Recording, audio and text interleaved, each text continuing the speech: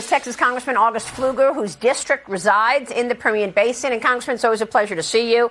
You are in the hottest area of oil production. That is your district. And I want to get your take on what you just heard from Mike Wirth, because he is just telling us now that he is going to be pulling back investment from the Permian Basin and allocating that money elsewhere across the world, looking for other opportunities. Are you feeling the impact of less investment in the Permian Basin today?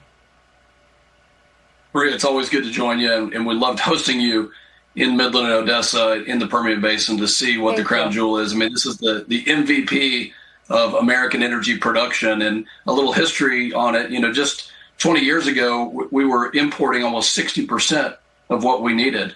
And after Trump's first administration, we became a net exporter. And that was because of small, innovative, independent oil companies like Diamondback and others who formed the shale revolution. So I think we've never been stronger in our energy position, and that's because of the Permian Basin.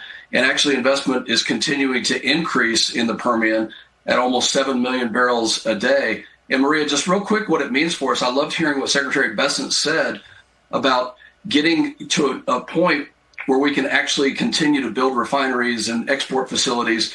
But we, as you know, became that net exporter in 2020. And it means that Iran is now denuclearized. It means that our country can now manufacture more and our economy can be stronger. It means that the world has seen more human flourishing than we've ever seen. More people have access to clean water and electricity than ever before.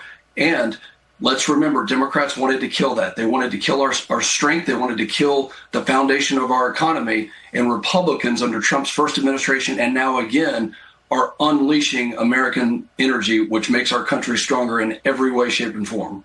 Well, and we just talked about that, you know, oil security is national security. And we know that President Trump told us in his address to the nation a couple of weeks ago that right now the United States is producing more oil and gas than Saudi Arabia and Russia combined.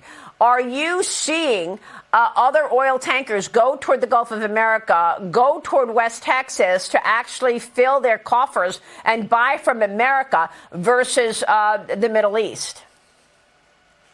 Yes, I think every indication points to that direction. And this should not be viewed as just a short-term, because the strait is closed kind of solution.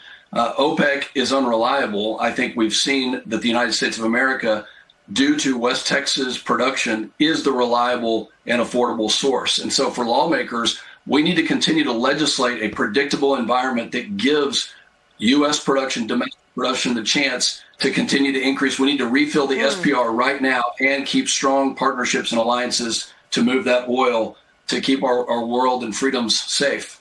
Okay. Real quick, Congressman, will you codify President Trump's executive orders on permitting?